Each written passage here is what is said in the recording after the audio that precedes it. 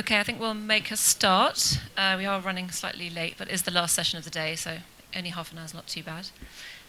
Thank you all for lasting this long. It's been pretty packed 3 days, yeah, we're on to the last and best, I think.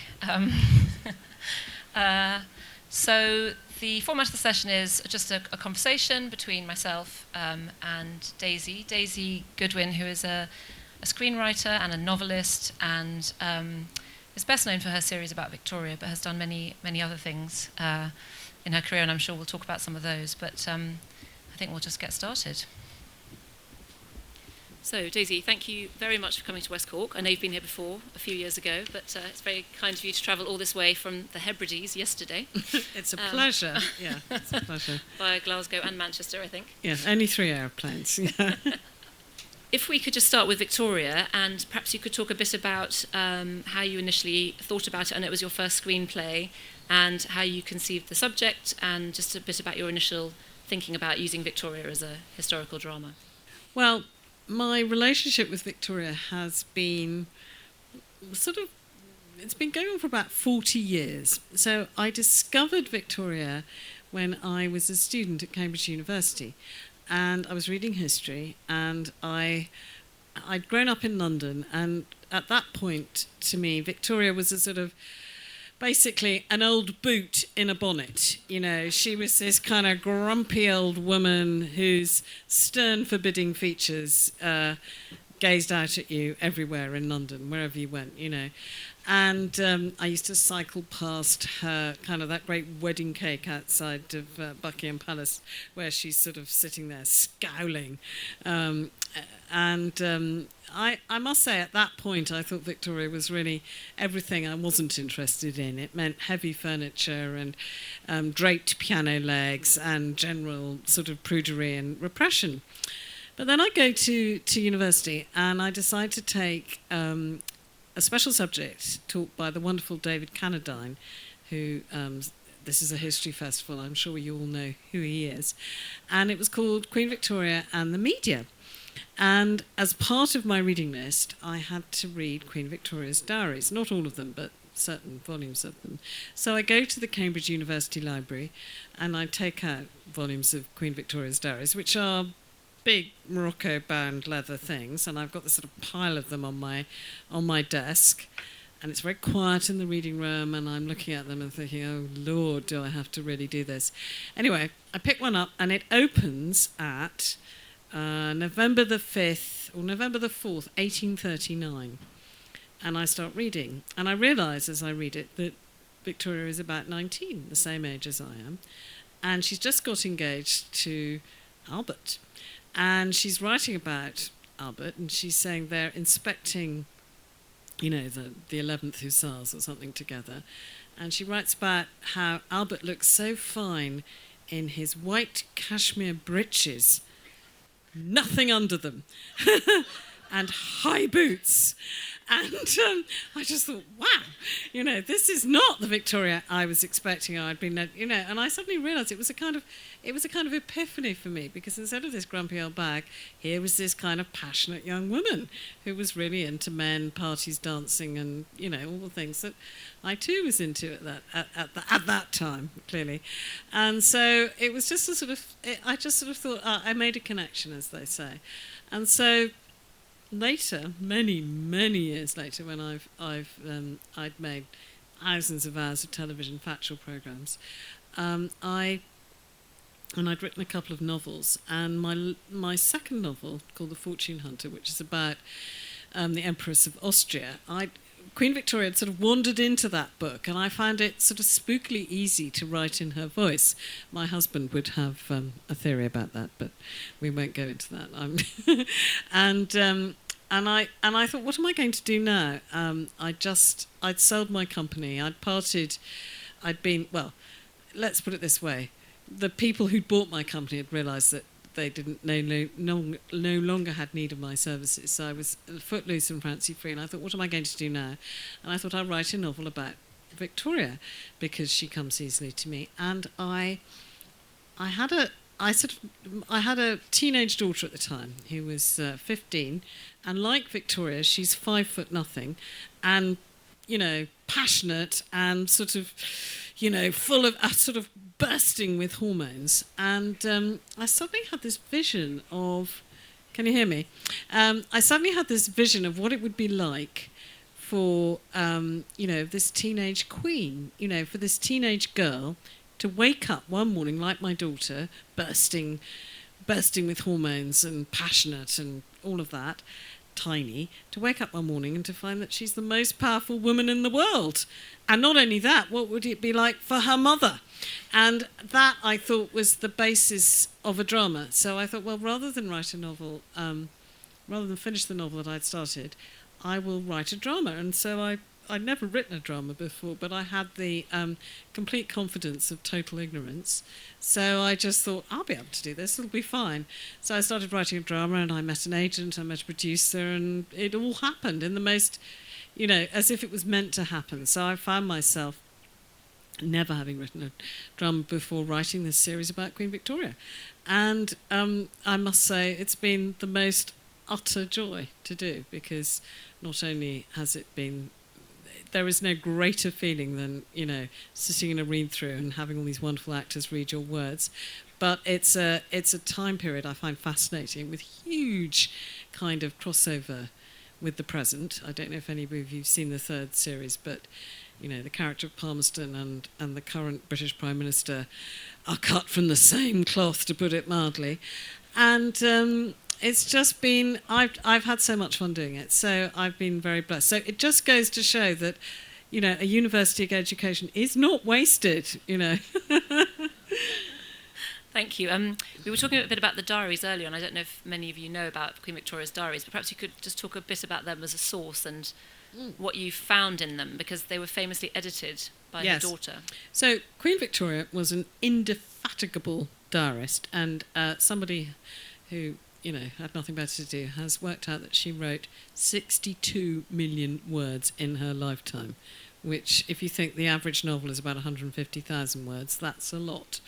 And so she started writing her diary when she was about 12 or 13. And her early diaries, before she becomes queen, were obviously written. They're not the diaries of a teenage girl, because they're written, she knows that her mother or her governess is going to read them. And so they're all, they're quite worthy, but they're vivid. And, there's wonderful descriptions of going through the Black Country and seeing these sort of, ragged children, crawling about in ash heaps, and then these incredible sort of explosions of kind of the iron ore smelting factories behind them, and they're very well observed. But then, when she becomes queen, there's a kind of 3 years between becoming queen and marrying Albert, where she's writing for herself, and these really are her diaries. And those are literally the diaries of a teenage girl with the most humongous crush on the man she calls Lord M. And literally every entry is something like, Lord M and I talked today about earrings. He doesn't like earrings. He thinks they're barbarous. He likes me in blue.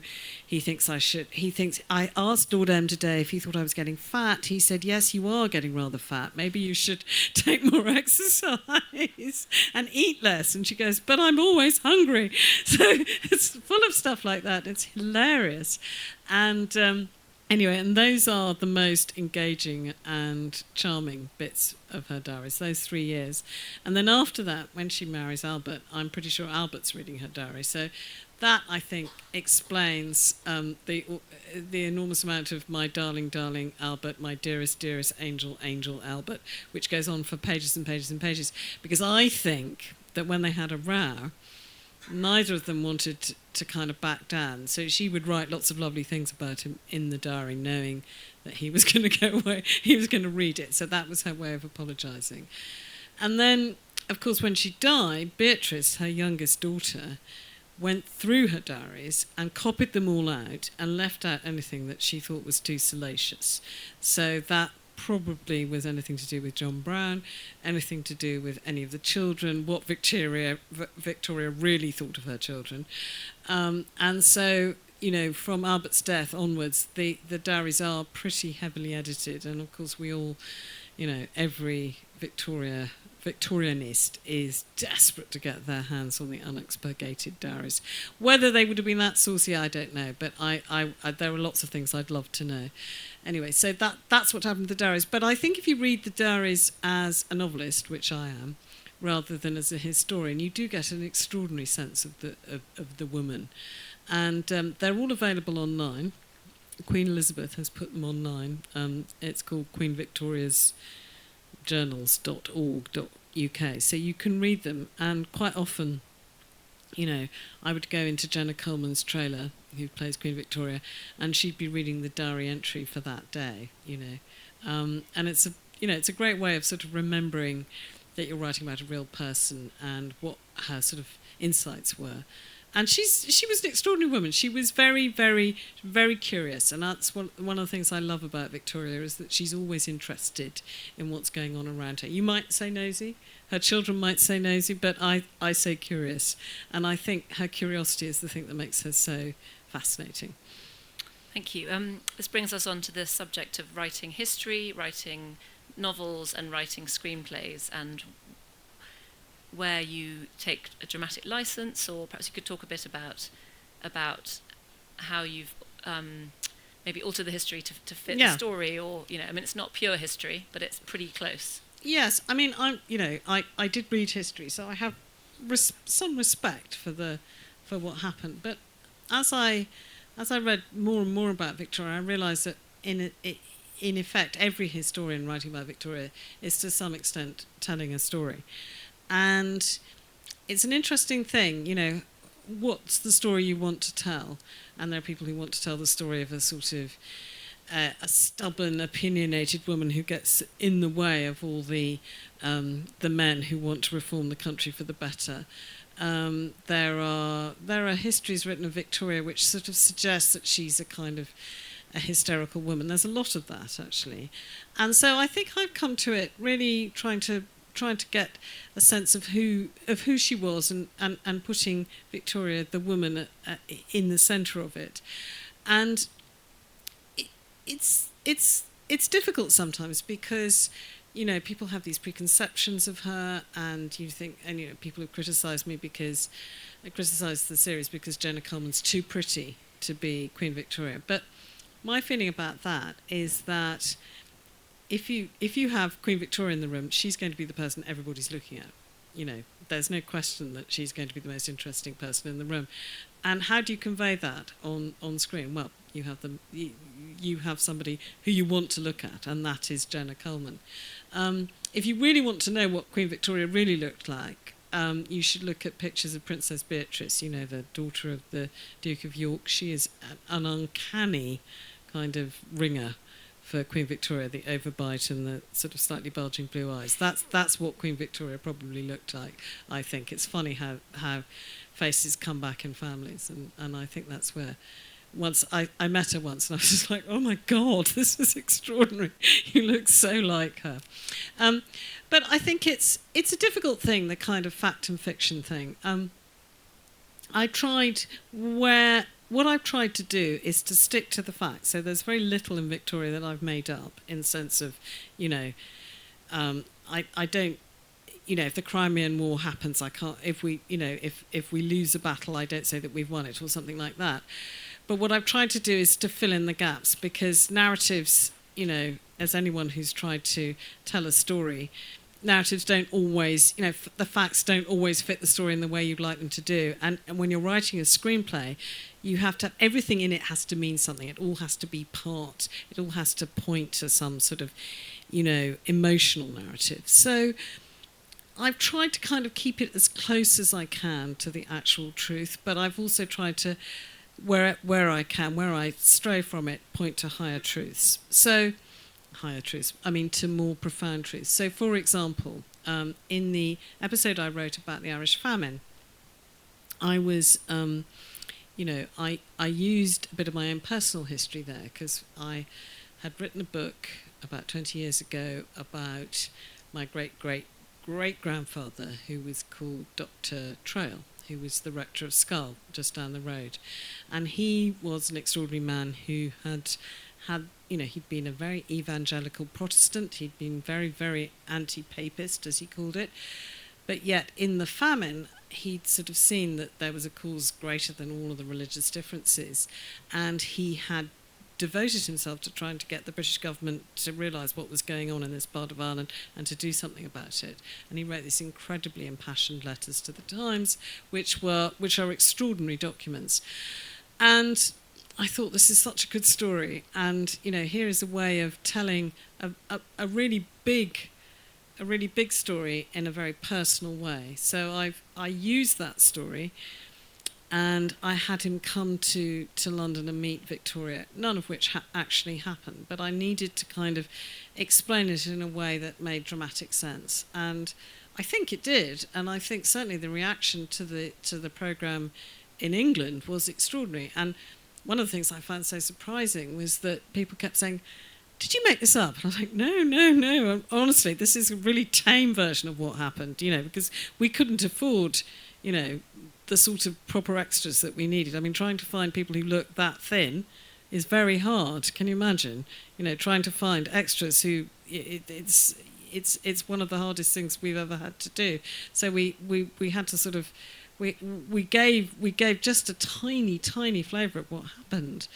But, certainly when the show went out in England on Twitter, people were just like this, they couldn't believe how bad it was. So I felt that in a way, the inaccuracies there were justified by the bigger picture, which was to make people aware of what had happened in Ireland in 1846, 1847, 1848. And it was... so I used that story, and I hope I used it. I hope, I took some liberties, but I think there was a good reason for taking those liberties. As we've come on to the local connection, perhaps you could talk in your book Silver River about finding out about Robert Traill, which was obviously not when you were writing Victoria, it was many years before that.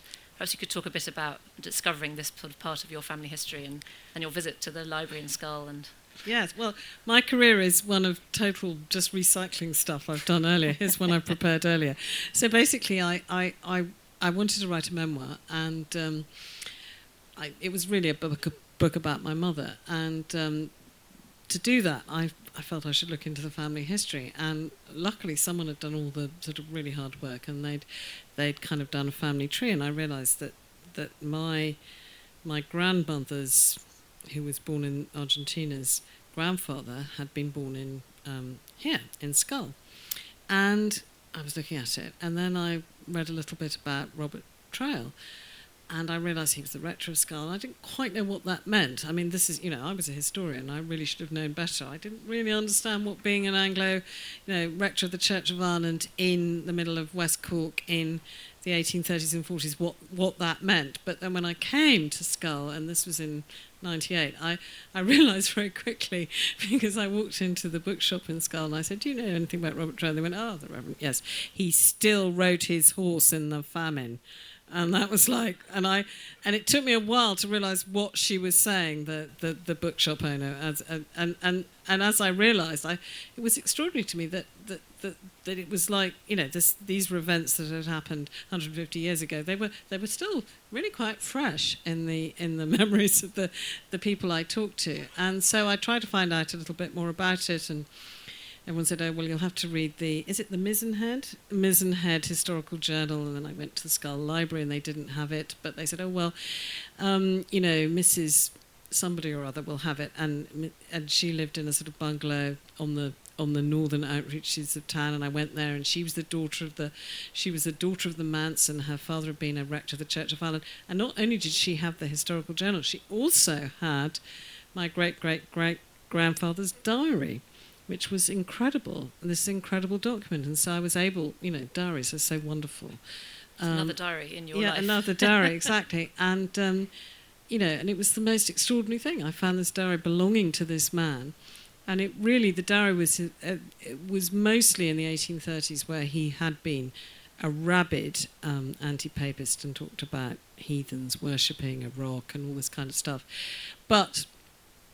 And it also talks about, terrible sadnesses about, he had 2 children that had died very early on, and he talks about they'll be much happier now they're with God, and you're thinking, oh, my wife doesn't really agree, and you just think, oh, you get so much from what he doesn't say, and then I discovered that during the famine he had, he went against the wishes of his bishop, and he turned his rectory into a soup kitchen, and he put all his money into, feeding his parishioners, Catholic or Protestant. And in the end, he actually died of famine fever. And his family, his wife, his widow, and his 5 children went back to Dublin, and the Church of Ireland sued them for the damages done to the rectory when it was a soup kitchen. And that, I thought, was the sort of killer detail, actually. And it's an extraordinary story, and you realise, it's a very human story, and it meant a great deal to me finding out about that. And so I was determined when I wrote Victoria not to forget Ireland, because it's such an important part of the 19th, the Victorian era, and yet it's always kind of, it's in a box on the side of the page, and I thought it was very important that it be a sort of integral part of the story. And and Victoria, she's, I think, rather unfairly called the famine queen, because she was the first monarch, of course, to come to Ireland, the first British monarch to come to Ireland since God knows when. I mean, I don't know who did before that. And she wanted to be queen in Ireland. She wanted to be the queen here, as well as everything else. And I don't know. I mean, apparently when she came to court, there were crowds of cheering people. Who knows why they were cheering? But I mean, at least she made the effort to come, which none of her predecessors had done. And when you wrote Robert Trail into the series, presumably you would have put the famine in, even if you hadn't had a family connection. Oh, of course. But did you do it in an educational way because you knew about the level of knowledge? Did you feel that you had a role to sort of make sure it was included? Yes, I mean, I felt quite passionately, actually, that it was terribly important that people understood what had happened, and that they, in my own very small way, I could help educate people in that, because I do think, the famous thing about if we don't know the past, the lessons of the past, we're condemned to repeat them. And, I think there is a wider question here, is that the British generally are pretty ignorant of Irish history, and it comes as a terrific surprise to them that the Irish that there are problems connected with Ireland, entirely of our own making. So not all of them, but a great deal of them. So I think it's that makes me sound more crusading than I am, but I thought it was terribly important to try and put this into a story about royal life, because actually, it's something that's incredibly important. And although Victoria may have only put £2,000 of her own money into the famine relief fund, at least she did something. And unlike her government, who were, when you read what Trevelyan writes about, basically, this being natural wastage, the people dying in the famine, it's really terrifying. And you can decide, you could compare it to some of the things that Ian Duncan Smith was saying about universal credit and all of that. Who knows? But it's a very chilling. They are very, very chilling documents, and I wanted to get some of that flavour across in the show. In terms of the drama of that particular episode, I'm sure many of you have seen it. We wanted to talk a bit about Victoria and Albert as people, and in the episode in question, Victoria is very concerned about the famine, and Albert's completely obsessed about the lavatories at Buckingham Palace because he's very interested in sanitation. And as you say, he started at home by trying to improve the plumbing. But it was an interesting characterisation of Albert, who's usually thought of as this very serious-minded man, and Victoria is slightly more frivolous. She's the one thinking in the big picture, and he's the one sort of showing the servants how the flushing lavatory works.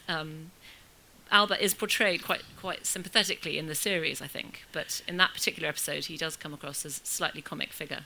Well, or is that not fair? He's very interested in detail, Albert. He is obsessed with detail, and I I have to say, he's one of the first. He's the first man, one of the first people in the country to put in flushing toilets for the servants. And I do admire him for that. I mean, it's obviously not on the same level as famine relief, but to actually think that servants need, hygienic conditions too, I think is entirely to his credit. And the other thing, but when I talk about Albert in detail, so Osborne House, the incredible house he built on the Isle of Wight, in which he designed every single detail. One of the things I love is that in Victoria and Albert's bedroom, there is a special device so that when he gets into bed with his wife, he can lock the door from the bed, which I think, so it's got this special rod that goes all the way around the room, and he can just go ka-ching, and that means that, no children or animal or servants can come in. And I think that is really attention to detail. That's Vorsprung der Technik, He'd really thought that one through. I want to have some private time with my wife, No wonder they had 9 children. So I love that about Albert. And the other great joke about Osborne House, I don't know if anyone's been there, but in his bathroom, he's got this incredible, he's lying in his bath, and the picture he's positioned, and he positioned it there, of above his bath, is a sort of life-size picture of a naked Hercules being bound by a woman called Queen Omphale, who's also naked, and he's wearing a distaff, and and it's like he's become her sort of slave, and you kind of think, well, yeah. So he does have a sense of humour, it's definitely a comment on his position. As he described it, he was always I am the husband but not the master in the house, Yeah. So there's lots of little jokes like that. But the special sex lock I really like. Yeah. I mean, I didn't mean to make light of the famine episode, but no, sorry. It was an interesting parallel, but the sort of stereotypes of Victoria as sort of this funny little woman who's sort of totally enhocked her husband, and then Albert, the kind of very serious German with no sense of humour and all the rest of it. I think in some ways that episode kind of, you tried to move on from those stereotypes, because we were talking earlier about Victoria was a very empathetic person in many ways, despite having this very strange childhood and not much emotion. She did feel connected to her people. Yeah, I mean, I always feel one of the two things about Victoria that that we can be sure of and make her very attractive to a modern audience is that she wasn't a snob. I mean, she really liked people who were not, who were from what they would have called the lower orders. But, some of her closest friends were her dressers. John Brown clearly was a very close friend indeed. Were not of her social class. And the other thing about her is she wasn't racist. She was fascinated in her subjects who came from foreign lands. So, and if you go to Osborne, it's full of all these beautiful pictures of sort of Indian princes. And she loved beauty wherever she could find it. I mean, she really liked a handsome young man. So, there's this wonderful picture in Osborne of Duleep Singh, who was the last ruler of the Punjab, who she sort of basically adopted and brought to court and had him there and looked after him. And she was terribly, she adored him. And, he was one of the many sort of, I suppose, Indians that she liked. And then obviously later on there was the Munshi, who became her Urdu teacher. So she was, she was a really interesting character, because she isn't, you always think of her as sort of slightly submissive to Albert, all this kind of darling Albert, dearest Albert, but I think that's all for show. I think really their real relationship was extremely tempestuous. I mean, there's an incident that I put in the last series where she throws a glass of wine over Albert, and that actually happened. I found that in one of the contemporary sort of accounts of their life, and I just thought, wow, I never see that in any of the biographies, but I thought that's so interesting. They really had absolutely humdinging rows, usually over how they would bring up their children, or Albert would say, "You're impossible, you're so emotional, you're so this, you're so that." And then he would sort of retreat, and she'd be infuriated by that, because what she wanted was a really good row, and he would sort of go all silent and not talk to her.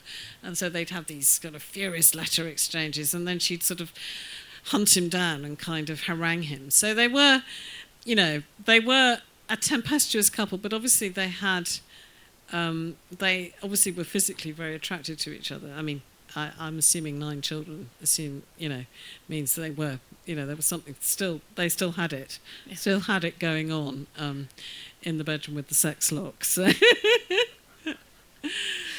And there's one thing. So after the birth of Princess Beatrice in 1857, I think, who was their last child, her doctor comes in and says, "Do you know, ma'am, you've got a prolapse uterus," or she doesn't say that, but and it would probably, you really should stop, abstain, you can't have any more children. And Victoria's like, "What? No more fun in bed, doctor?"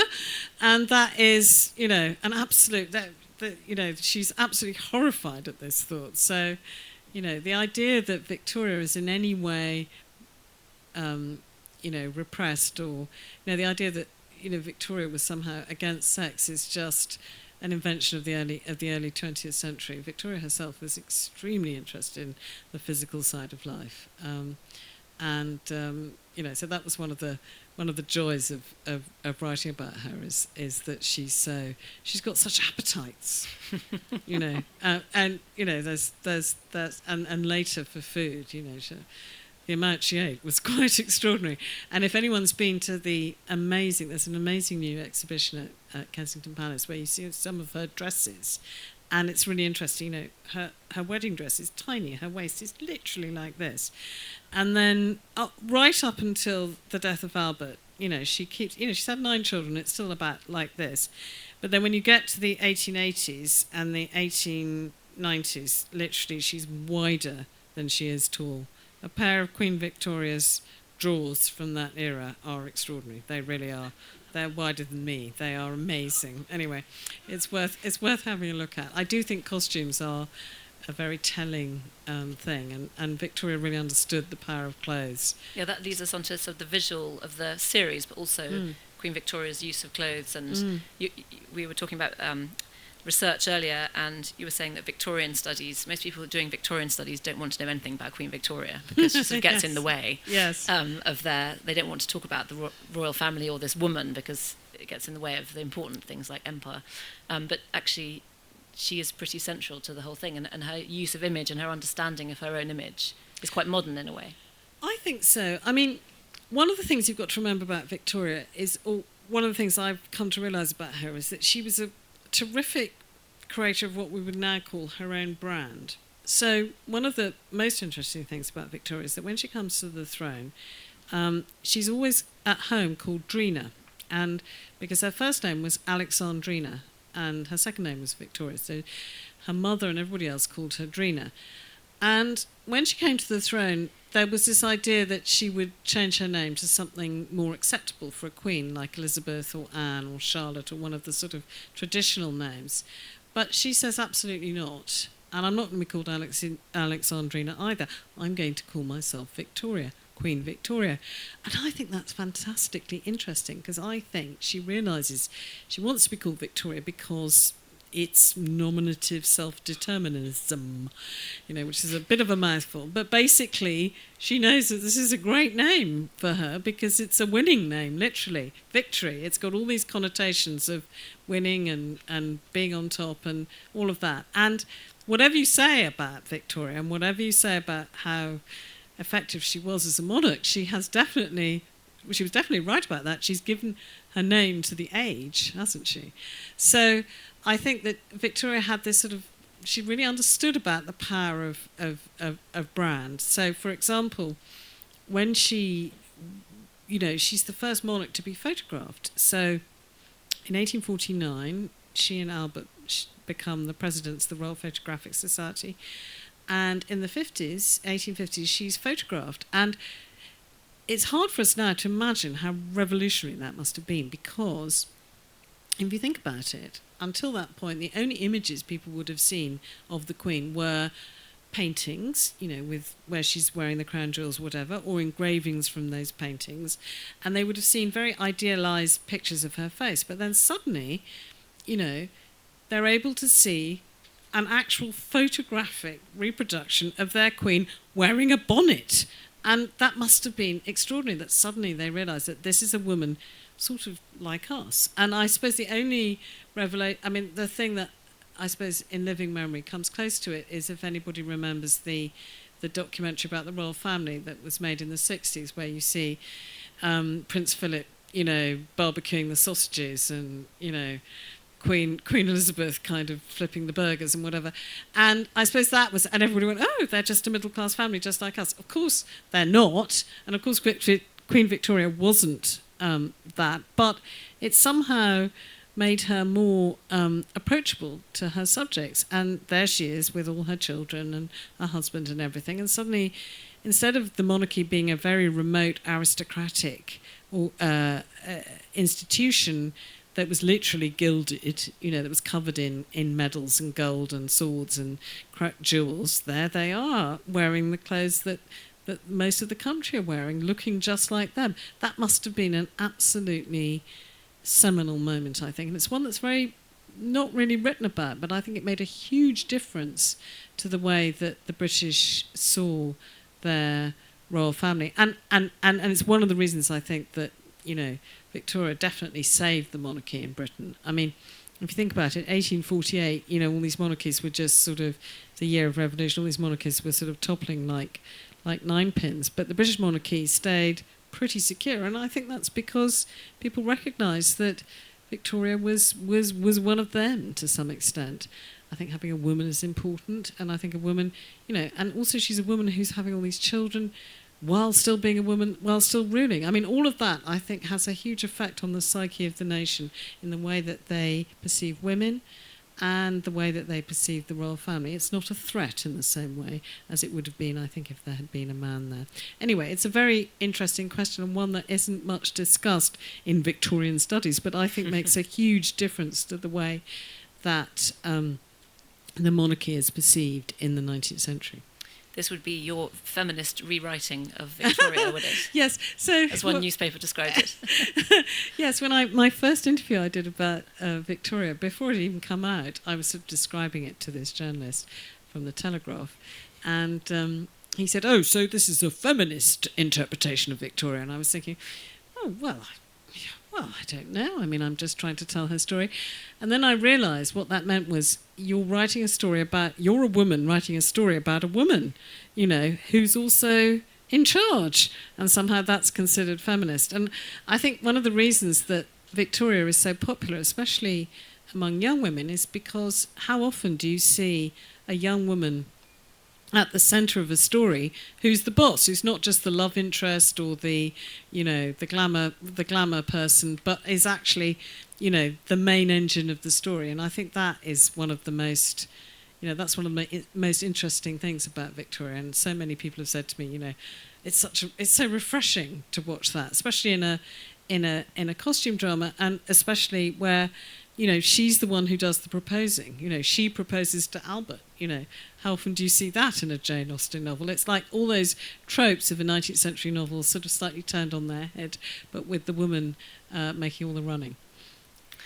This is, of course, a history festival, and we have lots and lots of different people speaking about history, but yes, the main way that most people access history is through television, not through books or history festivals or podcasts, but through television.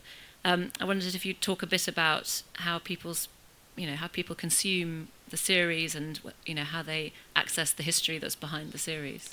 Well, I tend to get the reaction, quite often people go, yeah, no, I thought you'd made it all up. But then I went on Wikipedia and actually, you didn't. Actually, it's all true. And so that makes me quite happy. And then you said that someone actually said to you, does she marry him in the end? Yeah, no. Yes. There was quite a lot of, because I was a bit worried that actually it would be very difficult to write this, it wouldn't be that interesting as television because people know the story.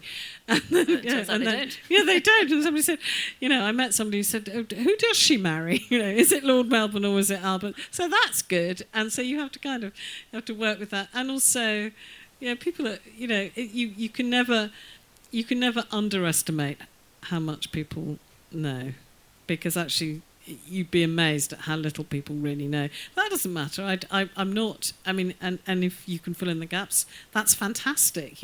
Because I'm delighted if people watch the show and they wiki and they Google as they go along. That is amazing. I've got a friend who's a history teacher, and she is so grateful for this show because she said that. She came into school one day and and this girl in year 8 said, "Oh God, miss, you were right about the Chartists. They really did exist, And so I thought, well, that's my work is done. Isn't that great?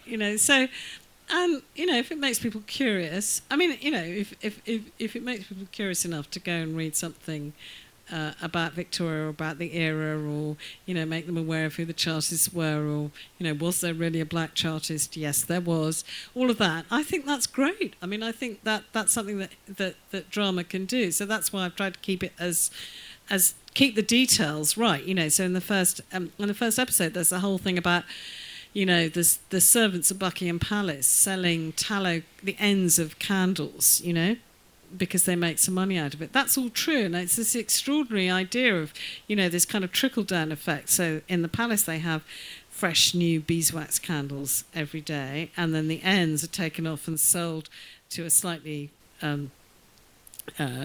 less wealthy family, and it goes down and down. And then, of course, the servants are using tallow candles that stink at the end. Or like, Queen Victoria would only wear a pair of gloves once. She takes them off. They are sold because, there's no mass production, so every pair of gloves is precious. They are sold down to a lady who isn't quite as wealthy, and they go down and down and down and down until they get to the rags and the pickers. So that's a fascinating. I thought the life cycle of a glove was a fascinating way of telling the story of the distribution of goods in Victorian times. And, hey, it's something we should all adopt again when we're all into recycling.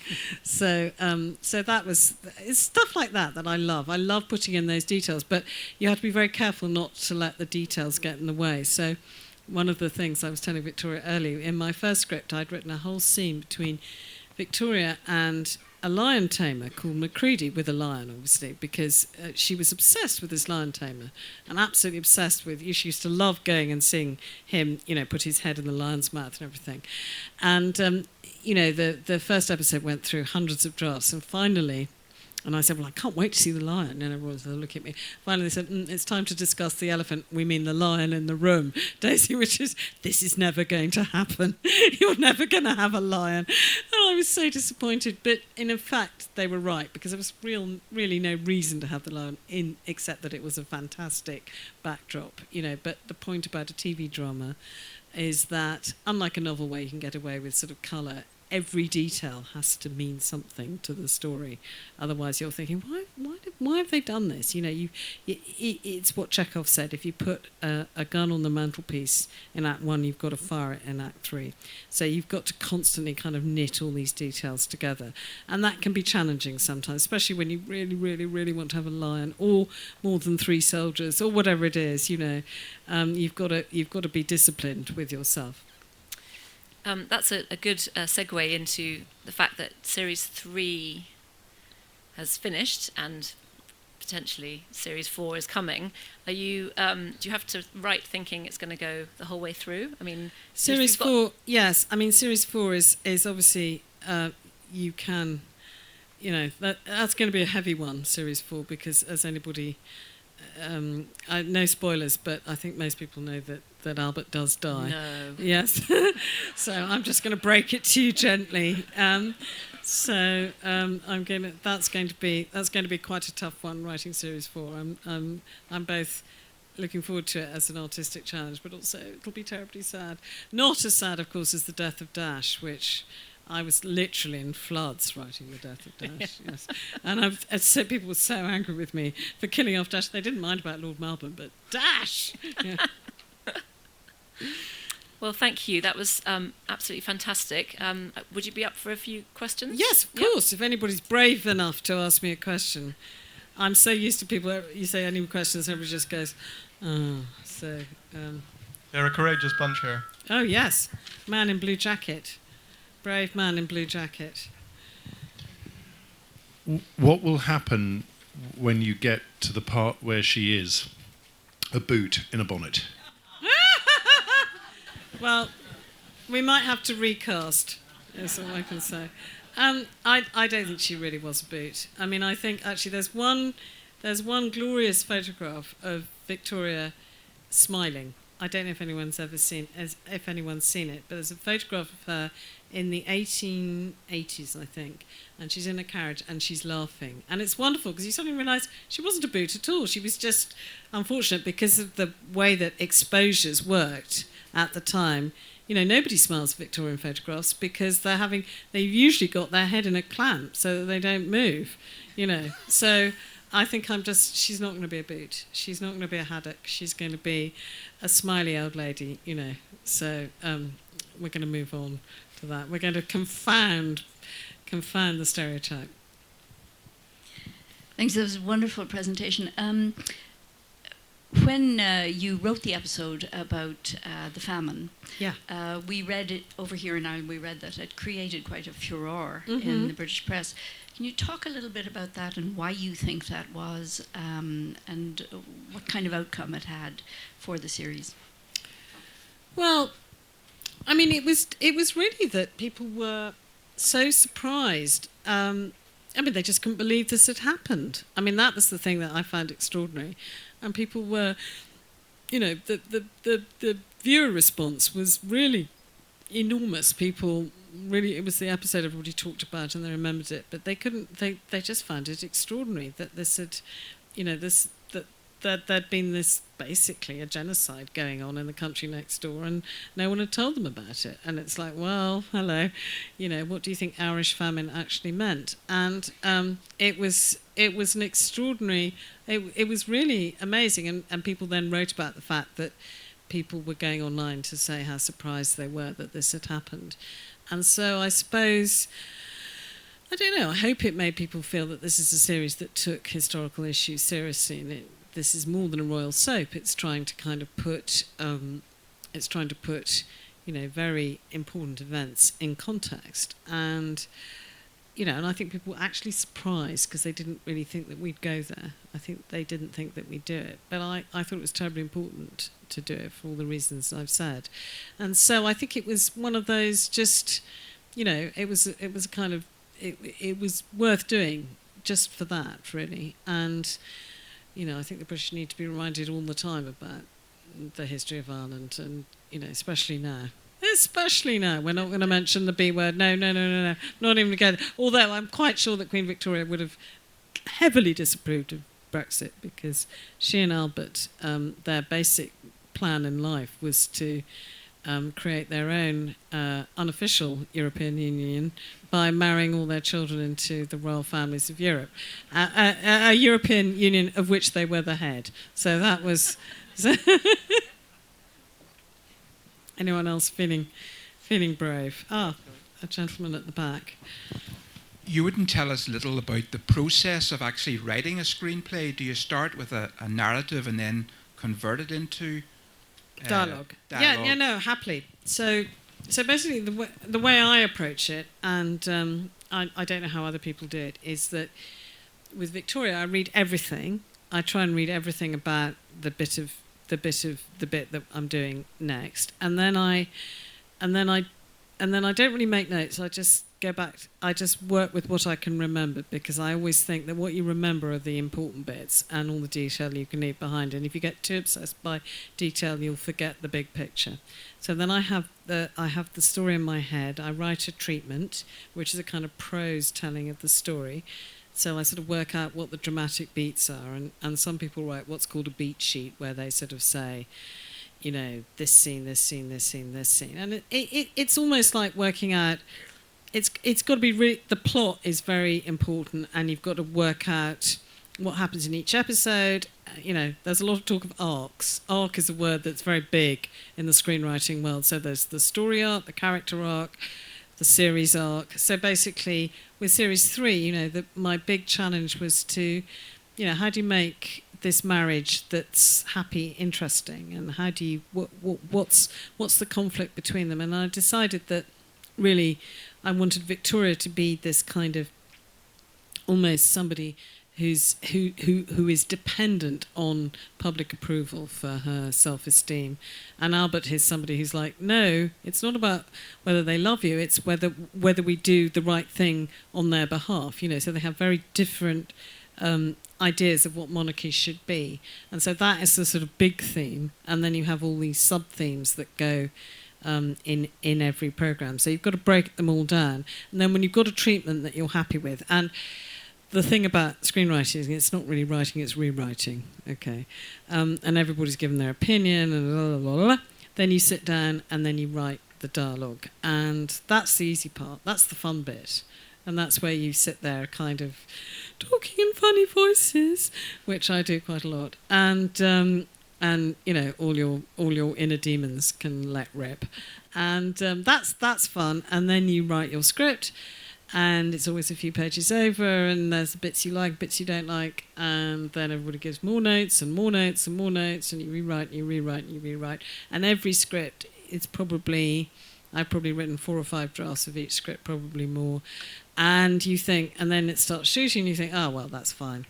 And then you get calls from the set, Daisy, sorry to bother you, but a certain actor is very unhappy with his line here, and then you have to rewrite on the day. And then you think, oh, well, it's gone to the cutting room, so that my work is done. But no, finally in the cutting room, suddenly you're going to have to do something called ADR, which is called additional dialogue recording, where basically, if you've noticed, you've got somebody, you've got a close-up of someone, and a very important line is being said by someone out of vision. Well, that's ADR, when you realise you haven't got that one crucial fact. So you can be rewriting literally until the day of transmission. So it's a never-ending process. It's great fun, but it can be infuriating sometimes. But I love it, and it pays me well enough. So I'm very happy to be doing it. How long does it take you to write one episode from the beginning until all the rewrites and they've finished it? Oh, well, I'd say about 6 months. Yeah, I'd say about 6 months. I mean, so with series 4, I've written the series outline, and I'm just about to write the treatment for the first episode. And I probably will have actually finished. We'll have what's called a shooting script probably sometime in January. So, yeah, that's about 6 months. It's a long process, but I'm sure it makes it better. There are just a lot of people with opinions, and of course with a long-running series like this, the actors get have very, very strong opinions about their characters and what they would or wouldn't do. And sometimes I've had discussions with other people. I go, yeah, okay, but actually Lord Melbourne really did do this. I don't care. So you have to really kind of, tact is a very important thing in the screenwriting business. I don't have much of it, but I'm sure I'd go further if I did. Lady in stripy jersey. You said you did a history degree. I just wondered what first sparked your interest in history. Can you remember when you got... Oh, God, this is very shaming. The novels of Jean Plaidy. I don't know, does anyone remember the novels of Jean Plaidy? Okay, I have read every single novel of Jean Plaidy about, mainly about, the Countess of the Lady Castlemaine and Charles II, and I was very interested in Charles II's mistresses. I mean, they were just such heady stuff when I was 11. They were a bit sexy. They all had great clothes. There were these fantastic stories. So I read all of those. So I was completely intoxicated by those. And then, of course, I thought, history would continue to be like that. Of course, it didn't. It doesn't. It all got very into a lot of really boring economic stuff about wool production in Flanders. But then I got to Victoria, and we're back to kind of all of that. But no, there is a serious point there that I think that actually, the detail of women's lives is the thing that's very rarely written about, but is so important to actually the way people indeed lived. There's a wonderful book by Catherine Hughes called Victorians in Their Underclothes or something like that, and it's basically talks about things like the smell of the past and the stink of the past, and it's such an interesting thing. And I don't know, one of the things I did, to my shame, is in one episode of Victoria I wrote myself a part, as you do, and so I had to wear a corset, and I had to have my hair put up and all of that.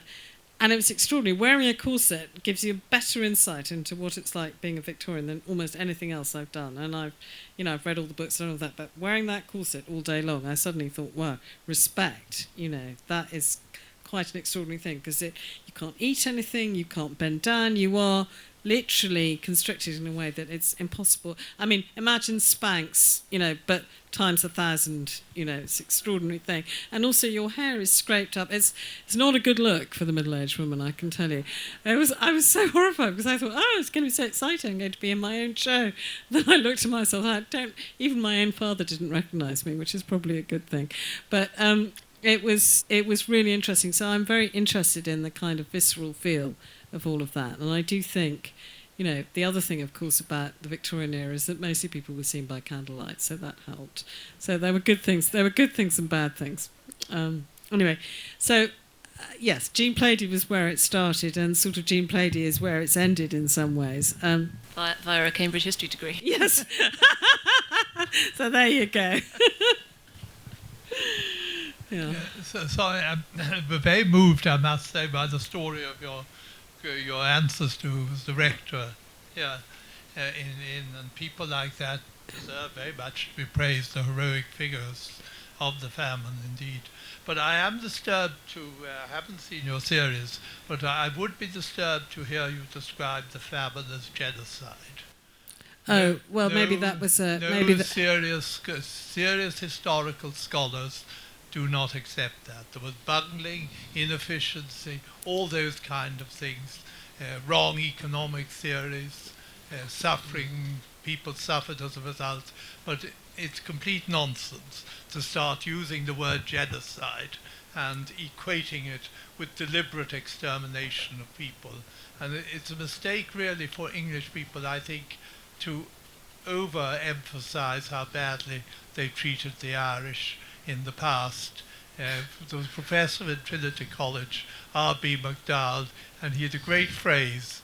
He said, sometimes when English people do that, they leave the natives feeling like over-tipped waiters. Oh, well, fair enough. I stand corrected. But I say one other thing, and I'm very much looking forward to your interpretation and your thing about your ancestor. One thing, I love Queen Victoria and her pretty wit. The wonderful thing she said about Gladstone and Disraeli, and I hope you'll have that when she'd had an interview with Mr. Gladstone, she thought he was the cleverest man in England. And when she'd had an interview with Mr. Disraeli, she thought she was the cleverest woman in England. And he was very good at flattering her. Queen Victoria was the first monarch ever to write a best-selling novel, book, called Our Leaves from the Highlands. And of course, Disraeli, as you know, was a best-selling novelist. And he always referred to her as "we authors man," which I thought was very, very clever of him. But that goes back again to Victoria being so clever about her own brand. I mean, imagine writing a book, which was, of course, an international bestseller, and all the proceeds went to charity. But it was a brilliant way of portraying her image to the wider world. It was genius, really. But as you said, No, I think the lady in the red anorak thank you very much. has a question. So, lady in the red anorak. Thanks so much. Thank you so much for a fabulous presentation.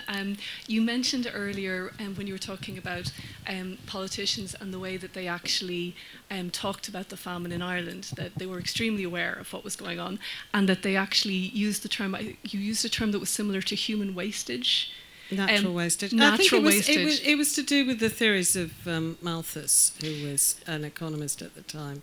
So just to say that you could say it was partly due to economic theories of laissez-faire and that poor people would have also been treated very badly in England, but I would personally use the term genocide, absolutely. If you know that it's happening... I'm going to put my hands up here because I really don't want there to be, because it's obviously something that I'm not really qualified to talk about. I mean, I can't say whether genocide or not, but I know that certainly in Britain there is a huge ignorance of the kind of just of what happened, of how many people died, and the British government's part in it, because whatever you say, whether it was sins of omission or commission, they certainly didn't act in a way that I think modern British people would like them to act. So I think we can agree on that.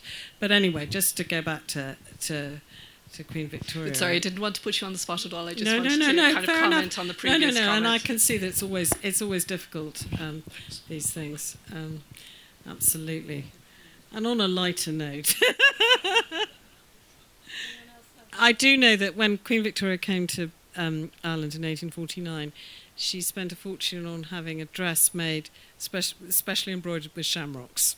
So I thought that was an interesting detail. And because one of the things about Victoria was that she, as a young girl, she had a very sheltered upbringing. She was almost under house arrest. She went to the opera all the time, and she saw these fantastic Italian operas. And if you think about it, that's the only time where she would have seen a woman take centre stage. And so costumes and dress and sort of performativeness was definitely part of her idea of being queen. And so she was very careful always to dress the part. I mean, she wasn't interested in fashion, but she always wanted to use her costumes to make her point. Therefore, shamrocks when she went to Ireland.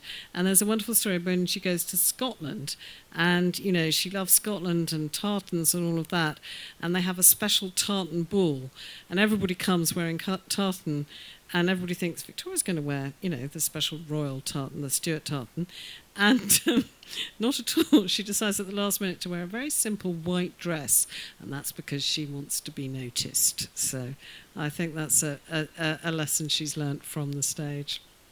That's great, Daisy. Thank you very much. Thank you for coming, and a really fascinating talk. Oh, thank you so much for having me.